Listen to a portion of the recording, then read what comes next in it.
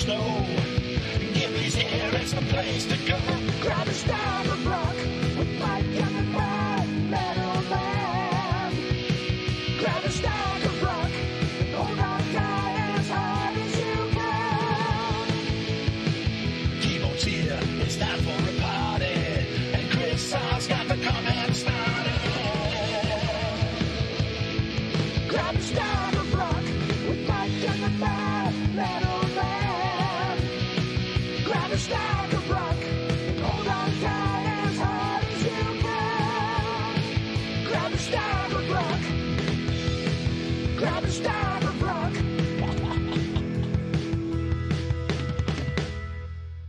How are you? Good. Your hair is longer. Yeah. It's been some months, my friend. It has indeed, yeah. I haven't seen you face to face like this since July the 15th, I believe it was, when we did the Mystique episode. Yeah, that was the last time we were on at all, I think. Yeah. Yeah. Well, it's nice to see you, my friend. Yeah, Chris Sarr agrees. The hair is longer. The perennial Chris Sarr. If we didn't have Chris Sarr, we'd have nobody. Love you, man. So thanks for, at the last minute last night before you went to bed, agreeing to come on today. Because for you, it is 7:03 in the morning. It is indeed. And what's Saturday like? Cloudy, overcast, probably going to rain. We had a bit of lightning last night, actually. Damn. I was hoping you had better news for us. Yeah, which is odd because we're in spring now and we're pretty much preparing to ramp up into summer in the next month or so, which I'm not looking forward to. Well, I'm expecting some snow pretty soon. And, one thing that I always said I wanted to do was do a live stream outdoors in the snow. And I do have to, I still want to do that. I think that would be hilarious. I would have to do it from my cell phone because I couldn't risk my laptop, but I think we should do that one day. Are you with me? Would you do if we had a forecast for snow, would you come on and do a snow stream? Yeah, totally. I'd do a live stream when you're in the snow. Yes, exactly. When I'm asking no one else to be in the snow. Although Meat Man would probably, go outside for a cigarette in the snow. Anyway, so tonight we're just chitting and chatting, doing some show and tell and seeing what's up. I'm sure you have lots of new music and new toys that you might want to show off. And we know I have Japanese imports and a big old red truck made of bricks to show off. So I don't know. What do you want to do? What do you want to talk about? I was going to let you be the conductor of this one, but okay. Well, then let's start big. You ready? That's a small cup. It is, but it's very strong, my friend. I'll show the box first. This is what he comes in. You can see how large the box is. Well, shows how he transforms. Shows his accessories, which I'll show you. Inside that box, there was, a sticker sheet with minimal stickers and a very nice instruction booklet.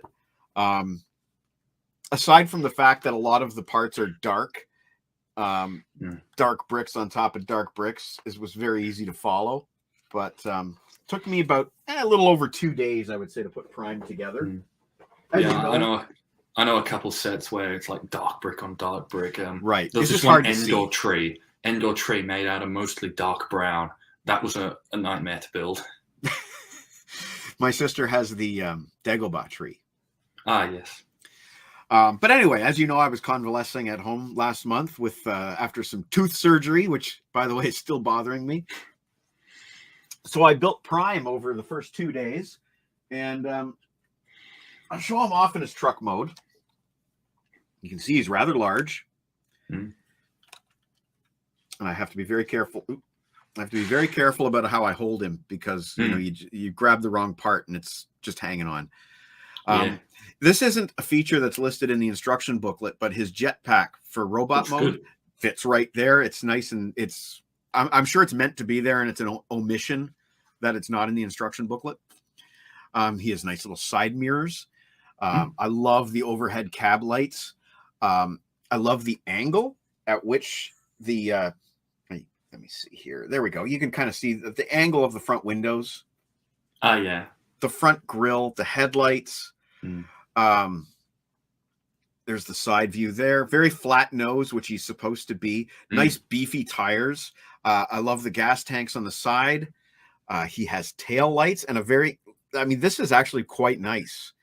These yellow bits here are actually sort of rubbery pads that give him some sturdiness when he's in robot mode. But look, they look like tail lights. And he has I've never seen those pieces before. As you know, there's at least one brand new piece that was made specifically for this, which we'll talk about. But I also just that's got to be some of the best foot kibble management I've seen on an Optimus Prime ever. Absolutely. Better than Masterpiece. I also just want to point out this new, well, I don't know if it's new, but it's sort of a shiny silvery sheen to a lot of the parts, including the gas tanks. And whatever they call it, they call it like a brushed silver or something like that. Yeah, there's a couple of silvers. There used to be chrome, but I think that's been phased out for most pieces. Yes. I think Dooku's lightsaber back in 2014 was the last chrome piece they had. I had that. Yeah. Yeah, and then there's they've got like this molded silver. They've got the brushed silver. So yeah, there's a couple of silvers. And then there's some gunmetals too. I don't know who this commenter is. Anonymous Facebook user. Ha! You can't quit talking about music. It's like The Godfather Part 3. Just when you think you're out, they pull you back in. I don't know who this person is. Given the anonymity, I'd put some money on Holland if I was a betting man. But it's a Facebook account. He doesn't use that. He uses YouTube. I know, but he very briefly had one. Oh, okay. He went back in and reactivated it just for this. Gotcha.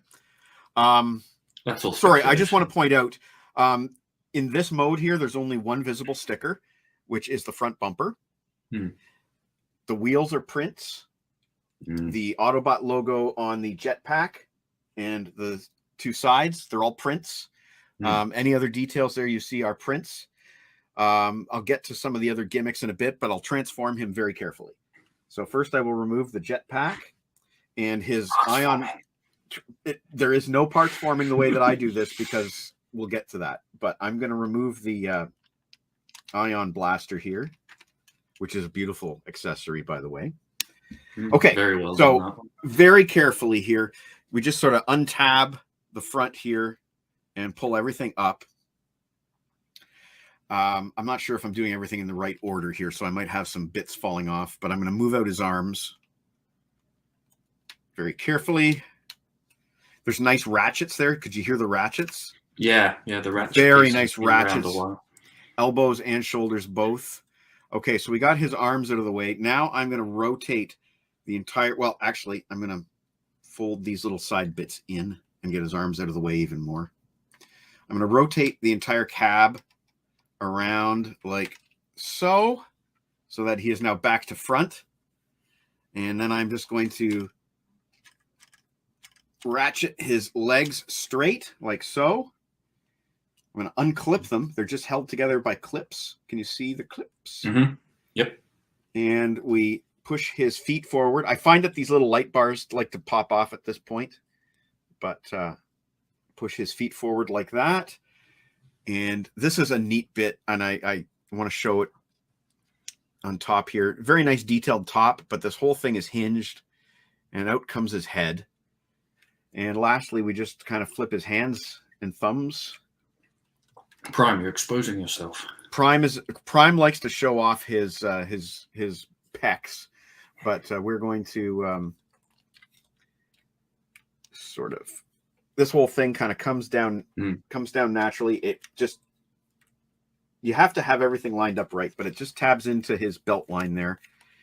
And then everything just folds in naturally, like so. Everything just folds in, and that's his waist.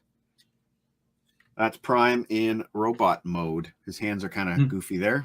I'll straighten him up a bit, but he does not have individual finger articulation, but you can easily take off one piece here to give him finger articulation. His head is on a ball joint, and it can move around like that. His arms, because of the transformation, will butterfly backwards, but they actually, these little bits here, they actually tab in to holes. Can he do the Matrix hot rod pose where like up in the air, or like he can do that much? He can do that much. And speaking of the Matrix, it's in here. Mm-hmm. It's a separate piece that comes right out. Yep. Comes right out. Comes right out. Of course, now the camera's on. It wants to fight you. It's in there very loosely, but it's very neat how they get it to stay in there. It's very cool. It's a very fun building process. I needed something to occupy my mind when I was convalescing on my couch for, forever, or what felt like forever, and eating the most bland food that I could find. I cannot get his belt to tab in, but thing is, I may have this misassembled at the moment because I was playing around with him and stuff fell out. So I may have misassembled that. But anyway, that's what he looks like in robot mode. His gun will nicely just tab onto his arm like so. He's not actually holding it. Yeah. But it's a very nice weapon. You can really see they put a lot of detail in there, and it's made out of a lot of little pieces, and it was a lot of fun to build. There's studs going in like every direction with that gun. I like that connection. I was never fond of the Masterpiece way of doing it with that the little tab that would always fall out. They never get the tolerance right. Backpack just clips in, and it's a very nice backpack, and you can move around the jets. Yeah, that's from when he yelled at Sideswipe, I think. Yeah. His legs will split, and very neat. His ankles will tilt so that he can stand straight when you have his legs split. That's always good.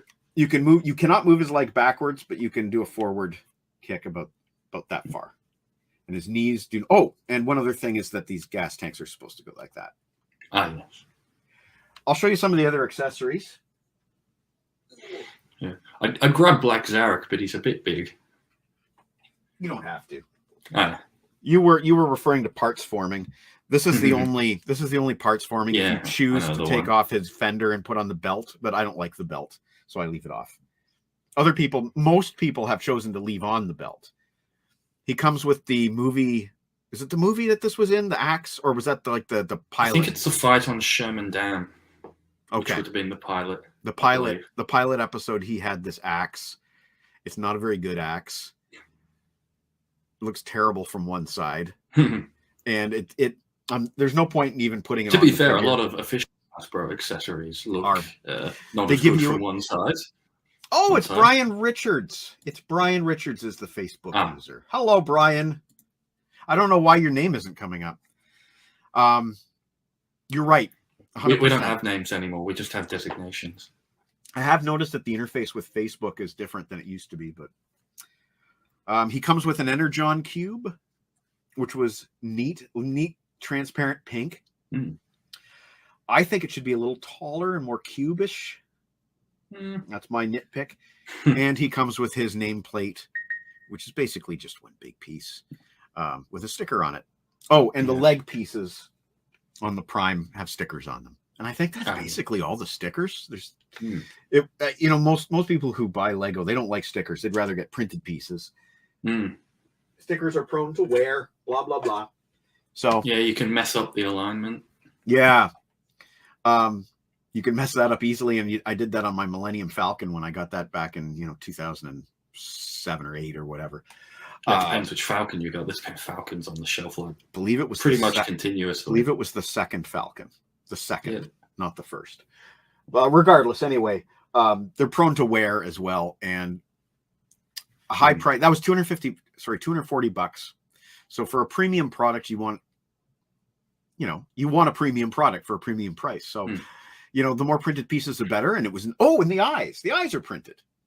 The head vent, in the front of his head, that's printed. So, I thought I was very happy with it. I believe when I worked out the price per piece ratio, it was something like 15 cents a piece, which is a little steep, but it's also a licensed product. You have to remember it's a licensed product. Yeah, so there's a little bit of little bit of extra there. It's not like it's a Bionicle, which Lego owns. Yeah, not that you can get those anymore, unfortunately. But No, not that you can get those anymore, but that would have been an example of one, Anyway. Price per piece isn't always, I think, the best. It probably won't apply to Prime, but for like the Jurassic Park sets, which have big pieces, like the dinosaurs, they cost a lot more. So the price per piece goes way out. The one new piece that I mentioned earlier. Yes, the faceplate. The faceplate. That's a brand new Lego piece, and they have since reused it in different colors in, I believe, their garden sets as like leaves and petals, things like that. Lego are very creative and clever when they design pieces. So. They make one for Optimus Prime, and then the designers, the engineers go, well, if you just turn it on its side, that looks like the petal of a flower. So. Yeah, you see a lot of minifigure parts as well. They use them for other ones as well. Right, like you see, just like Hasbro reuses minifigure molds. hot dogs and minifigure like shovels and things being used as greebling on the side of a starship. Yeah, very cool. They get their money's worth out of the molds for sure. I'll pass the baton over to you, and I got more stuff to show off, but I'll pass the baton to you for now. I'm not going to grab Black Zarek, but one of the many new Transformers I got you might be interested in is the collaborative. I have him. Gigawatt. I have Gigawatt. Oh, yeah, well, I mean, I'm sure they'd want to call him Gigawatt, but yeah, this is the Unlimited Edition, which means what? I think the box wasn't numbered, and I'm not sure, but I think the Unlimited Edition has the darker tint on the windows. I remember when they first revealed him, people complained because the windows were clear and you could see all this shit in it through it.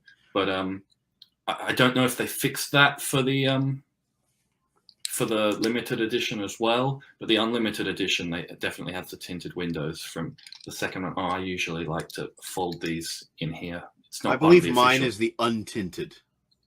Yeah, that would probably have the numbered box and everything. But yeah, I don't care about numbered box. I didn't even keep the box for this guy. I'll tell you next week. It's at the cottage, so I'll tell you next week. Yeah, I've also got like the new Clamp Down, a few other. I'm building up Menasor, but I have everything they've released at the moment. Unfortunately, I've basically decided to stop buying toys due to the rising cost. Black Series Star Wars figures and Marvel figures used to be $30 a pop. Now they are $44 a pop. I have some Marvel and Star Wars to show off, brand new ones, but I'll give you the floor for longer. Unless you're passing the baton back to me. It's up to you. Well, that was all I had for Transformers. I was going to go into music now. All right. Anyway, I guess we'll get to some music.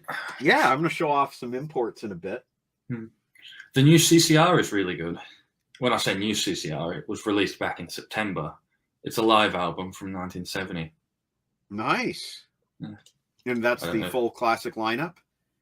I believe so. Yeah. Doug Clifford, Stu Cook, John Fogerty, and Tom Fogerty. Yep.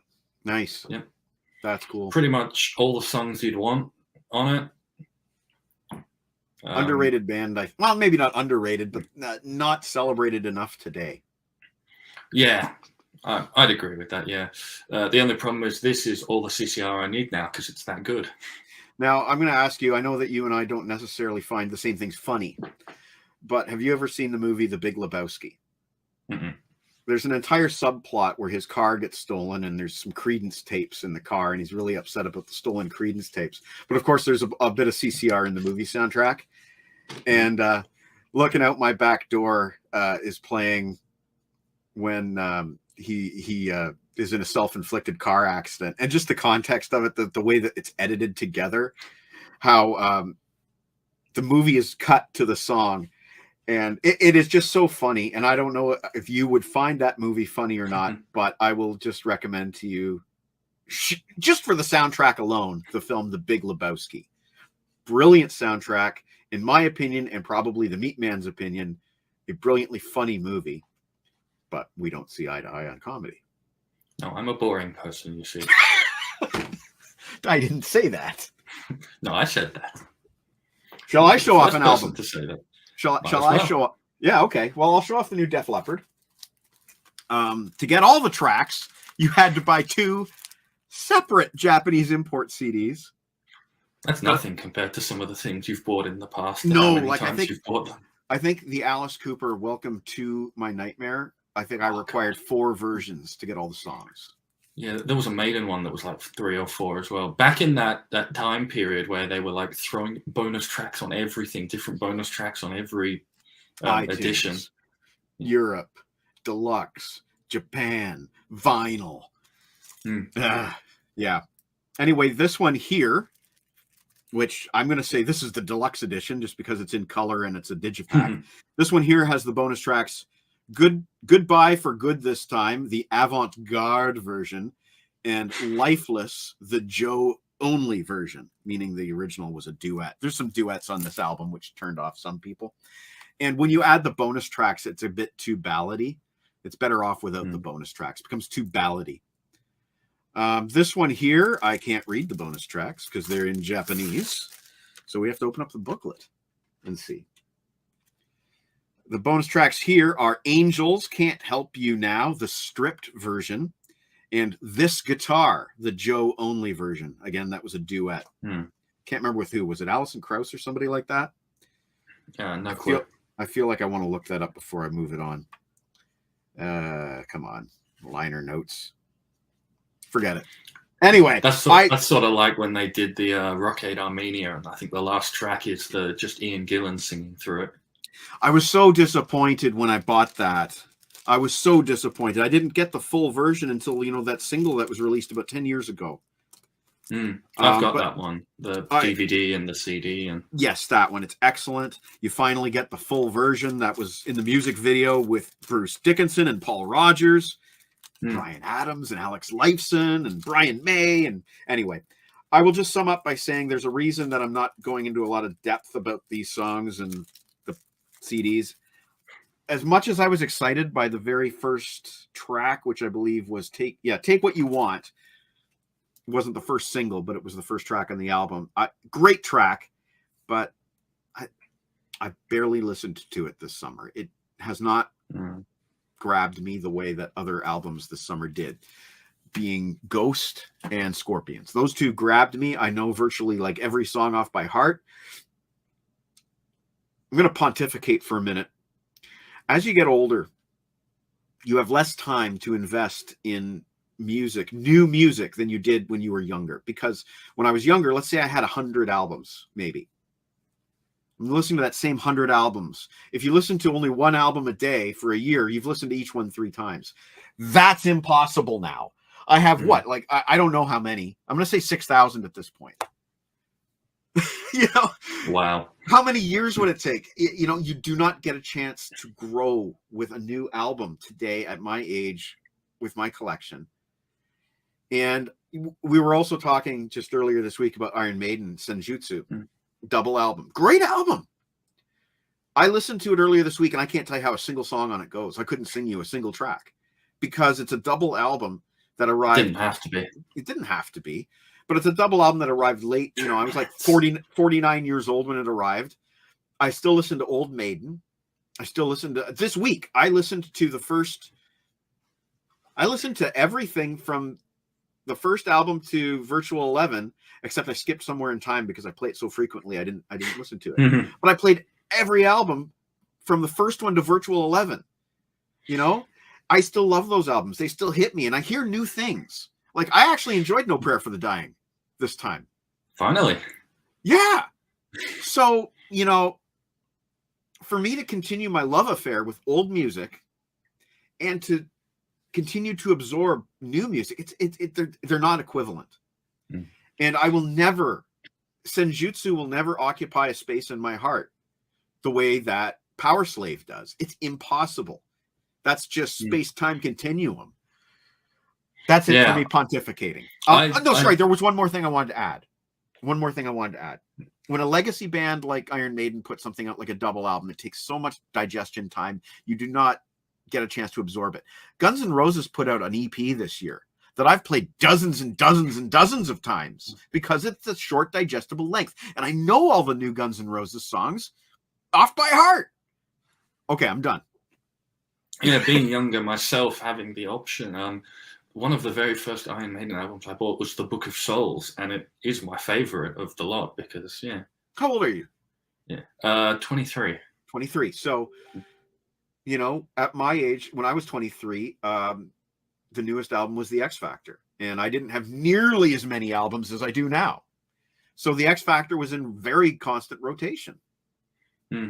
So also, yeah, I do a similar thing with Seventh Son and Somewhere in Time. I was like, which Maiden album should I listen to? Should I listen to some? No, I always listen to, not that I always listen to Somewhere in Time, but I'm always like, oh, that's my favorite. I want to save it so that I don't get sick of it. I don't want to listen to it too much, but I always never end up listening to it because I'm always like, no, I don't want to get sick of it, so I won't listen to it this time.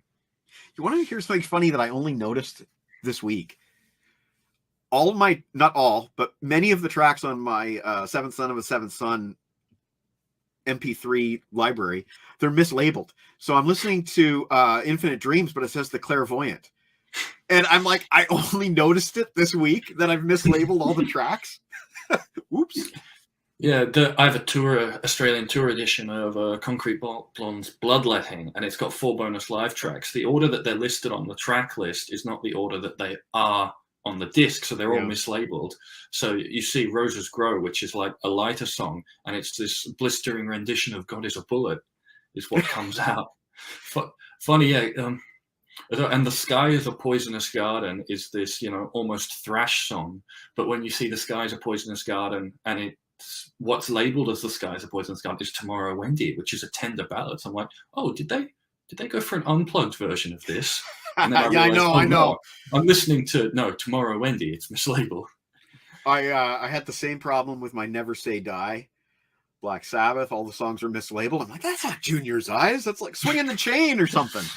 I think sometimes they get, if you're ripping a CD, I think sometimes they pull the track listing from a different edition of the album, so European running order. So there's quite a few in my library that are messed up, but then I have to remember that they're messed up, come home, fix it, and update the multiple copies on multiple hard drives that I have of my music library.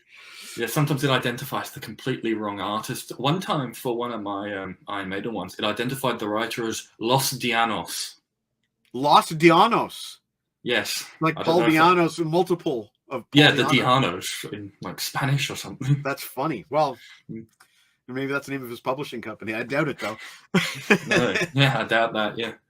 But, all right, I guess I'll move on to some more CDs for now. But this is previously released material, but I never got the original version of it. Yeah, that's you can't see because the shit lighting because of the overcast morning. But this is actually, this is the limited edition lenticular cover. Oh, it is. You're nice. You can see, it's glued on basically to the cover. It's slightly smaller. I see the scene. I wanted to get 87 as well at the same time, but that wasn't in stock. But yeah, 83 is really good because this is from before he sort of majorly truncated everything into medleys. So you have full songs of like Children of the Sea, Holy Diver, Man on the Silver Mountain as well, which you didn't get on the only other Dio live I have is Holy Diver live and Philly. And in Philly, a lot of those earlier songs were truncated into medleys. So it's really good to get them like that. I also want to pick up 87 as well. And I believe I have that double CD. Yeah, you've got the original double version. Yeah. They've really milked the Dio catalog of late with reissues. But, stuff like Master of the Moon and Killing the Dragon, those were worthwhile reissues to me.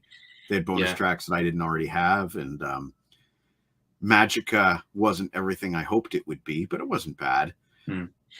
Yeah, I don't mind a lot of the reissues because I don't have a lot of the albums. So the 83 and 87 were hard for me to get now. I just want them to reissue the deluxe edition of Seventh Star. That thing is prohibitively expensive and hard to find these days. Yeah, it's like $80 or something for it if you can find it. Whoa! Now, I've spent that much on CDs before, but not something as recent. It's 2010, but it's not. I can't justify that spending that on the Seventh Star Deluxe because it shouldn't be that much. I played that one recently too. I play Yeah. it far more. I play it far more frequently than I play the Eternal Idol. It has one of my favorite Sabbath live shows on it, and it's one of my favorite Sabbath albums. So One of your favorite live shows, really? Ray Gillen? yeah, Ray Gillen Really? is one of my favorite singers to take the Sabbath mic. Not one of mine. No, he's too polished and too. I don't know. I'm sorry, I got to disagree with you on that.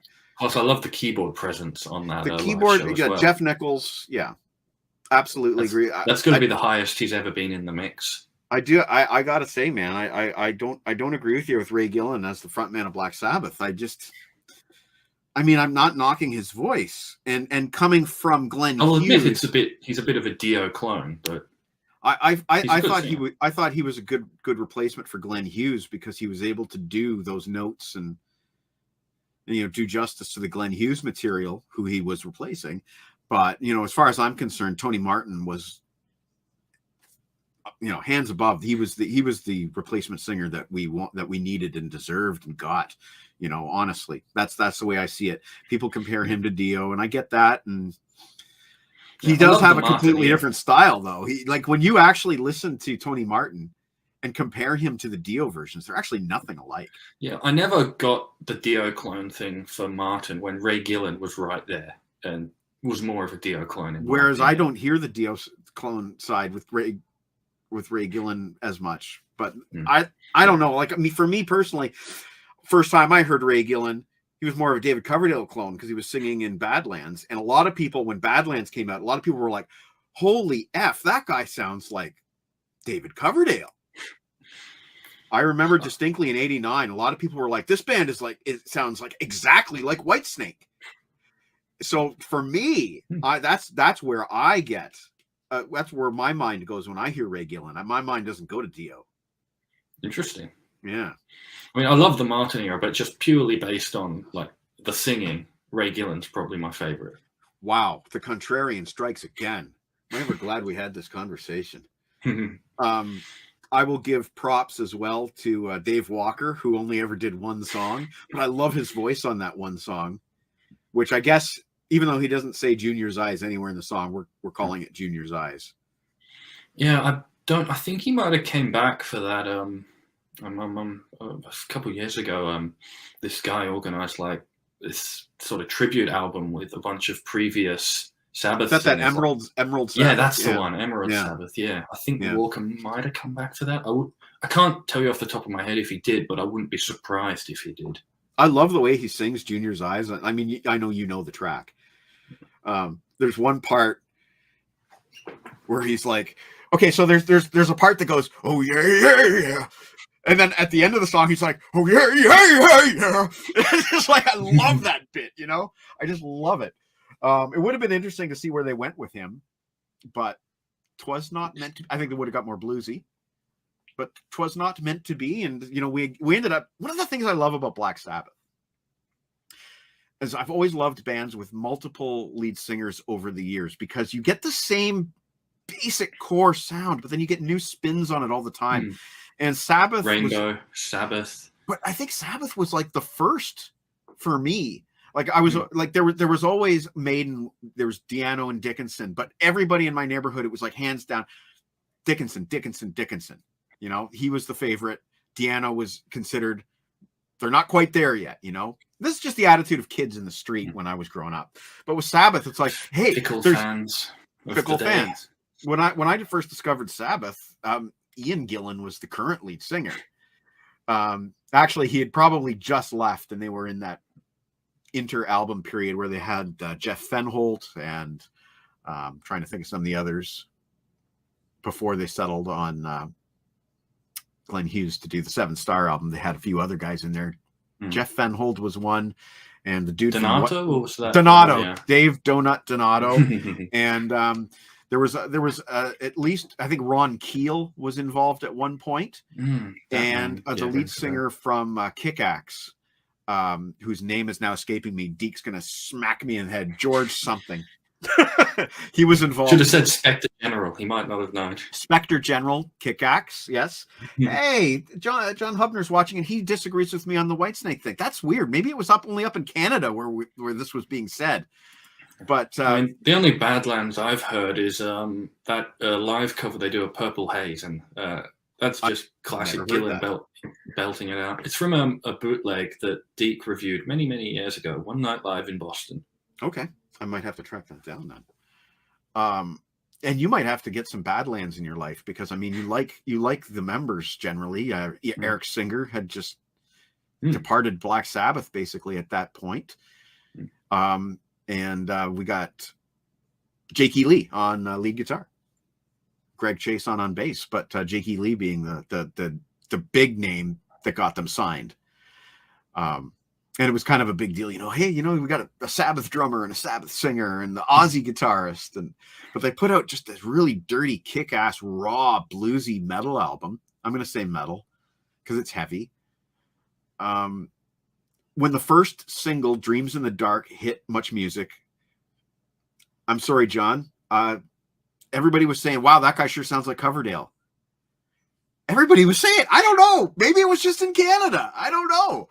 I thought so. I thought he sounded like Coverdale, and that's not a bad thing. And I think if you heard the song Dreams in the Dark, you'd hear where I'm coming from with that Coverdale. I Probably. I can't unhear it. I'm sorry, John. Oh. Well, I'm sorry, Harrison, but I have to interrupt this program because we have a very meaty surprise for you tonight. Hey, Meat. I told you he'd be outside having a cigarette somewhere, didn't I?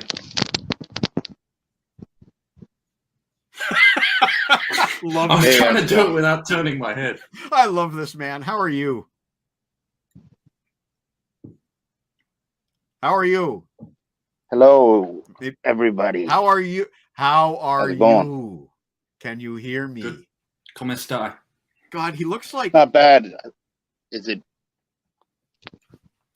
weird connection? Yeah, it's a little weird. Do you know who that guy is? Tizzy on Twitter. You look like a gray bearded bad connection.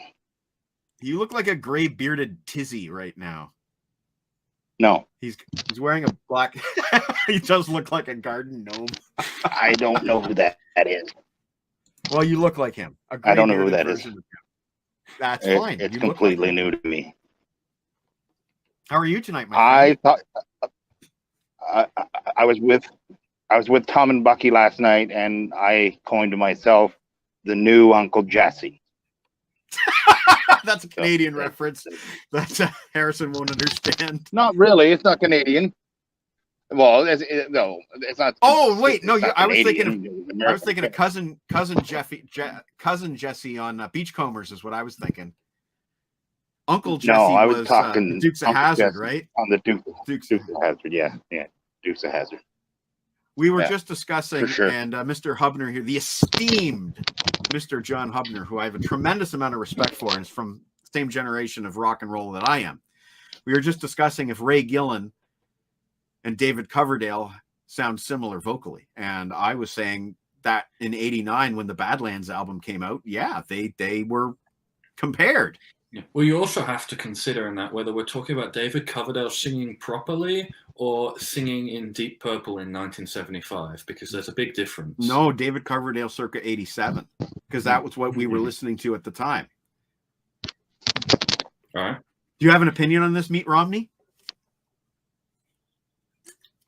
He's having connection issues. We'll just consider him the guy in the window for now until he speaks up. Some weird connection. I might have to move because of the connection. Just gets up and moves. This is just typical Meat, isn't it? It's like we never left. Anyway, that's where I was. That's what we used to say back in the 80s. Is that David Coverdale? I got that backwards. Ray Gillan, David Coverdale, very similar. Very similar. And Badlands, I'm not knocking Badlands. I love Badlands. They only made 2 albums before they split, and then there was like the posthumous 3rd album made of demos. But they were a good, solid band. Jakey Lee does not play anything like he did with Ozzy. And he's really just cranked up the dirty knob on his guitar, you know, and it's a noisy album, and I recommend it to you, Harrison. I mean, you like all the kind of like the core bands that made up Badlands. We'll have to see. How did you avoid hearing Badlands all this time? Well, the discs are not exactly on the shelves. Well, that's true, so to yeah. speak. Yeah, the only Badlands I have heard, as I mentioned, was that cover of Purple Haze, which I was reading Deke's review back in like 2018 or something. I'm like, I've got to hear this. I'm going to put a picture up on the screen for the Meat Man. I'm going to take a look at this guy. And I want the audience to tell me if he and the Meat Man have any sort of resemblance, okay? So just a moment here. Open image and new tab. There it is. Okay. Share screen. Chrome tab. That dude. You tell me. You tell me. You tell me, audience. Does this man look like the Meat Man or vice versa? You tell me. Well, they're both vaguely human shaped. Yeah, but look. I mean, look at No, look at I'm them. joking. Look down there and look over there. I mean, it's the same guy. Yeah, I don't know. It's the same It's guy. It's just you're discriminating against beard people, saying Honestly, that every the beard face- person looks The the face same. bit looks more like Eric Woods, actually, to me. John Hubner says there's a resemblance, and that's good enough for Well, me. yeah. That's correct. Yeah, that the ha ha ha ha ha ha ha ha ha ha. Yeah. So how's your connection now? I don't know. Well, right now it's been better. So Okay. Do you want to weigh in on? I this, really don't know much. I really don't. I don't know much about Badlands. It's just never been something I've really delved into. You don't remember them from the '80s at all? Oh, I remember them. I just don't. I don't know if I've ever actually heard a whole album or anything like that. Okay, that's fair. I can barely remember any of it. So yeah. I don't think you'd hate it. I don't think you'd like it, but I don't think you'd hate it. So I saw the Dio movie, and it was outstanding, and I recommend any way to see it whenever possible. Where and when did you see it? Saw it at the theater about 800 meters from you. Fairway Road? Yeah. Oh, no shit. I didn't know it was playing. Yeah. Me and Phil and Michael and Tom, Cam. Yeah, a bunch of people. Of course, me and Tom, of course, I had to do what Tom does and sit right in the front row, like literally, like as close as you could possibly, like a neck craning thing. And at one point, I said to him, like before it started, I'm like, we're so close. I think I'm going to be able to see Rudy Sarzo's nose hairs. And 20 And sure minutes enough, in, there it was. It was Rudy Sarzo, like so close, like the biggest Rudy Sarzo nostril I've ever seen. It was good. Yeah, the movie was great. For Mr. Hubner here, can you tell us the name of the movie? Dreamers Never Dio, Die, I think. Dreamers Have Never Die. Yeah, There you that's go. right. Sorry, And I saw jumped in there. an amazing metal show, Death Angel, Exodus, and Testament, and Really? that show. Didn't even know about that one either. Well, I posted a video on Facebook about it, or like a clip of it, the end thing of Testament. The Testament thing was amazing. It was like an all-star band because it was Skolnick, and he was like 10 feet from me, and he was just so amazing. And there was a bass player there that was playing a fretless bass, and it blew my mind that he could be playing a fretless bass in that style of music. It was pretty rad. And it was Dave Lombardo. Yeah, Lombardo's So back with Testament again. I was a drummer, and that was amazing. And Exodus was really, really heavy, like the heaviest of the three by far. But I loved Death Angel. I've wanted to see Death Angel live for a long time, and they didn't act like an opener band. It was like 3 headliners, and Death Angel was fantastic, fan-fucking-tastic. Like the lead singer, I was surprised with how top shelf of a front man he was, like Dickinson level. Like that, and that's saying a lot because I know that Dickinson is the best that's ever done it. If not, well, maybe him and Freddie. But I'd like to address Chris Sarr real quick here. Chris Sarr, as you know, I couldn't have gone to the movies anyway because I don't go to movies without popcorn, and I have not been able to eat popcorn for a month. So there you go. Gotcha. Oh, and well, I wanted to see the King Crimson movie, but we missed that, and it was only playing in Guelph. But I'm really looking forward to that documentary. I think that's going to be wild. I had no idea. That's going to be wild stuff. I think it's going to be pretty good. I saw an interview with Craig Goldie, and he said that he was surprised how much he's in the Dio movie, considering he only did like I think 3 albums with Dio over like 3 completely separate time periods. I think. Yeah, I mean, they cover what they needed to cover with Vivian, but there was, I guess, bad blood for a long time. Unfortunately, they never reconciled. They didn't overdo the Vivian stuff, but they didn't like slough it off. It's kind of right in the middle. It was well done. It's well done, and like it was pretty wild. It's funny too. They completely skipped over Dehumanizer, like it never existed, which is weird. And it's almost kind of fitting because I've always wondered about that album, how sincere it is.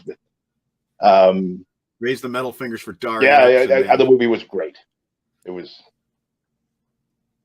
That's cool, man. Hey, rock and roll. You know, I just want to talk to John here again. I love Dream Evil. I caught crap for this on Facebook a few weeks ago from Jumpa Wilmanius, but Dream Evil is one of it might be my favorite Dio album, actually. I just love it. I recognize the fact that a lot of people don't care for a lot of the songs on it, including Ronnie himself. But then he did Magica, which Harrison and I were talking about not that long ago. Magica, also a great Dio album, though obviously not on the same level. And then he returned for the very final Dio album, Master of the Moon, which, again, not an album that I dislike. I just think there's also a diminishing returns with those latter-day Dio albums. But anyway, so he loved Dream Evil as well. Sunset Superman.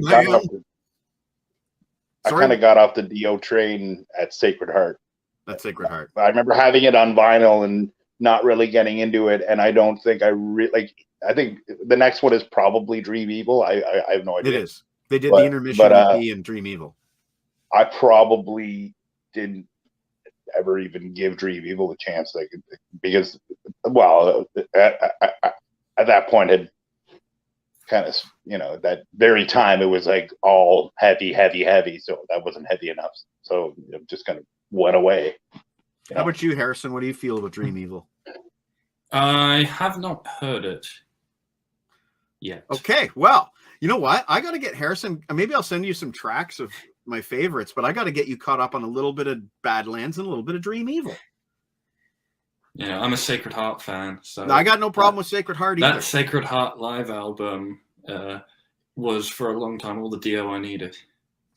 Well, I know how you feel. Who is the guitar player on Sacred Heart? Is that the last one with Vivian? Yes, it is. That's the last one with Vivian. And then Craig Intermission. Tour. Yeah, it was Craig. Oh, okay. Hey, Scotty. So we just got tickets for a show at Center of the Square in April. A bunch of us. It's called an act called The Musical Box. Yes, the Genesis. Yes, I have seen them at Center of the Square 8-9 years ago, and it was fantastic. And this time, I'm seeing them do all of The Land Lies Down on Broadway. But I mean, it's all the album, but the actual tour. So it's songs as well, and it's really neat what they do. Like they do so much as copy all the in between song banter that Peter Gabriel was doing. It's like being at an actual show in '74 or whatever. Do It's they kind of wild. pretend it's still the 70s then? It's everything. Like, but the best thing about it is that it's all 74. Like all the instruments and the amps and like any sound equipment, it just sounds literally like 74. It's really well done. Like it's more than being a cover band. Like, That's cool, man. It's more theater than anything. That's cool. Yeah, it's gonna be great. Let me think here. I got nothing lined up that I'm going to see. So I'll move on. I'll show off a few more CDs if that's okay with you guys. Yep. Yeah, A couple as well. I was watching. Yeah, I'll be getting out of here soon. I was just coming in to say hi. Appreciate it, man. We're gonna wrap up pretty soon anyway, but well, Eric, okay, I'll let you two go at it. Okay. For the rest, All right. Harrison, good to see you again, brother. Yep. And, Stop by see again you. sometime. Yeah, for sure. And it's Uncle Jesse out. Uncle Jesse out. See ya, Garden Gnome. Yeah. All right, so we'll just do a few more CDs and then we'll call it a night. We'll play a song and call it a night. But I wanted to give a big shout out to Brent Jensen and Alex Huard from Thursday Night Music Club. A few weeks ago, they were talking about this album by this band, and it inspired me to go out and finally buy the first Boston album. And when I say go out, I actually just went on my Amazon app, and I noticed they had the Japanese import version there sitting there for like 30 odd bucks or whatever. I didn't have to have it imported. It was just in Canadian stock. So here it is. I got the Japanese import of the first Boston album. I knew basically all the songs anyway. I think there was only one song here I've never heard before. And now I finally own, which I've been meaning to buy this for about 25 years, but I've kind of one day they're going to release a really cool edition. Well, I found a really cool edition.